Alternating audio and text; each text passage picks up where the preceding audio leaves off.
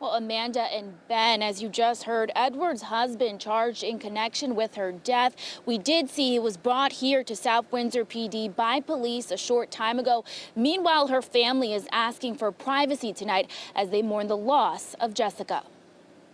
Just before 10 a.m. Friday, South Windsor police locating the body of Jessica Edwards in a heavily wooded area in East Hartford. There was significant decomposition as a result of being there from the time frame we believe that she went missing.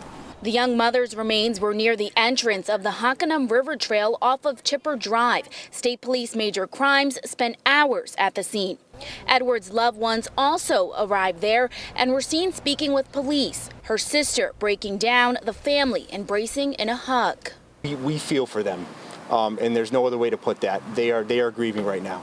Edwards' family too distraught to speak after Jessica's body was found. They've spent the past 2 weeks relentlessly searching for her with the help of friends and even strangers. I'm broken without her. I'm broken without her. And we just want to see Jessica. We just want to have her back. We're suffering inside. Jessica went to her mother's house in East Hartford on Mother's Day, and police say Edwards' husband reported he last saw his wife leave with a quote unknown person the next morning, although police say they've now confirmed that did not happen. We don't believe that that's actually what happened. That was the story we obtained when we took that initial missing persons report. South Windsor police and state police used location tracking data found during a search to find her remains. This was the result of information obtained from some of that technological search warrants, the technological data we were looking to obtain.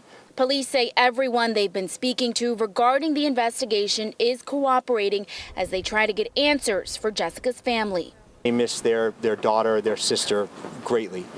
So it is our obligation as an agency to make sure that we're doing everything we can to find as much closure as possible for them, and we believe we are headed in the right direction with that.